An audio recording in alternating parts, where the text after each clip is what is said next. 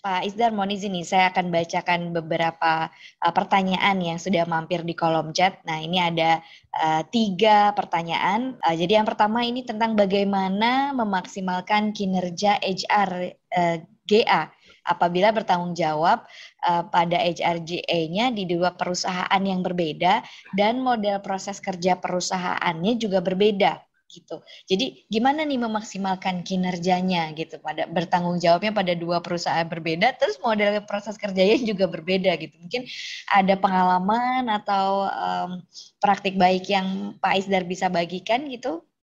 Silakan Pak. Saya pikir teman-teman ya kita bisa lihat ya, ini mungkin bekerja buat 2 organisasi yang berbeda. Yang banyak saya lihat di Indonesia itu adalah perusahaan conglomeration gitu ya, family conglomeration business. Biasanya kalau kita di mungkin swasta, apalagi multinasional, biasanya satu aja gitu kan. Nah, tapi jangan salah, saya juga bisa ngelihat ada HR yang bekerja untuk 2 organisasi. Misalnya buat life insurance dan general insurance-nya at the same time, HR-nya cuma 1 gitu.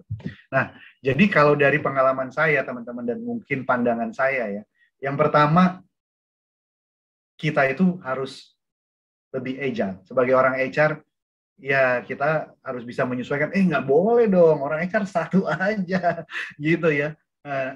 Jadi, dan ya to be honest with you teman-teman, saya pernah juga menolak melakukan hal yang sama. Jadi ketika saya masuk ke sebuah organisasi sebagai CHRO, lalu yang dikasih ke saya tuh HR dan GA.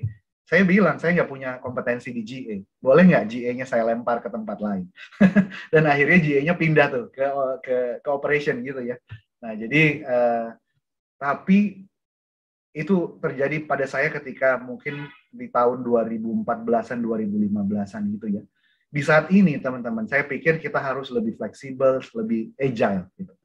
Gimana caranya kalau harus manage dua perusahaan dengan praktek yang berbeda? Nah, jadi kalau menurut saya, kalau kita adalah Chief of HR Officer-nya, tentu saja pasti kita harus punya 2 orang yang berbeda yang bisa memanage 2 company yang berbeda ini gitu ya.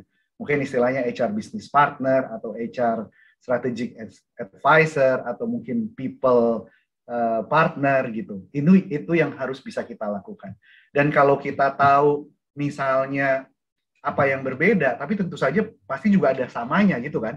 Nah, mungkin yang sama-samanya ini bisa kita leverage teknologi gitu supaya kita nggak terlalu banyak melakukan hal-hal yang remeh-temeh gitu ya. I'm sorry if I use kata-kata remeh-temeh, karena di HR nggak ada yang remeh-temeh sebenarnya.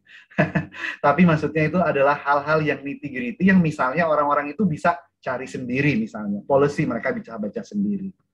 Mereka kalau punya pertanyaan, mereka bisa cari sendiri di di platform kita sebelum mereka kontak orang HR-nya sendiri, supaya orang HR-nya nggak terlalu kelabakan. Jadi mungkin itu teman-teman, leverage teknologi, pegangin leadernya. Jadi kalau di HR itu yang paling penting adalah kita bisa mensupport business leader gitu ya. Dan kalau kita udah bisa mensupport business leader, communication lancar, segala macam lancar, itu biasanya business partnering ini akan mengenable yang lain-lainnya, change management, transformation. Kalau kita punya hubungan yang dekat, hubungan yang baik, kita mengerti maunya kemana, itu juga trust. Nah, yang paling penting kan trust nih. Trust and respect, HR-nya di trust, HR-nya di respect. Nggak seperti di banyak company ya teman-teman, karena menurut riset kami, banyak chief HR officer itu baru diundang ketika udah mau implement. Jadi kalau waktu ngomongin strategi, nanti aja deh, HR belakangan aja gitu.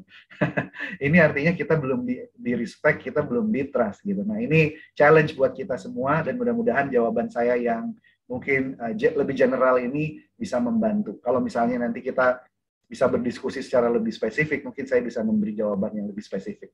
Gitu ya, Mbak Irma.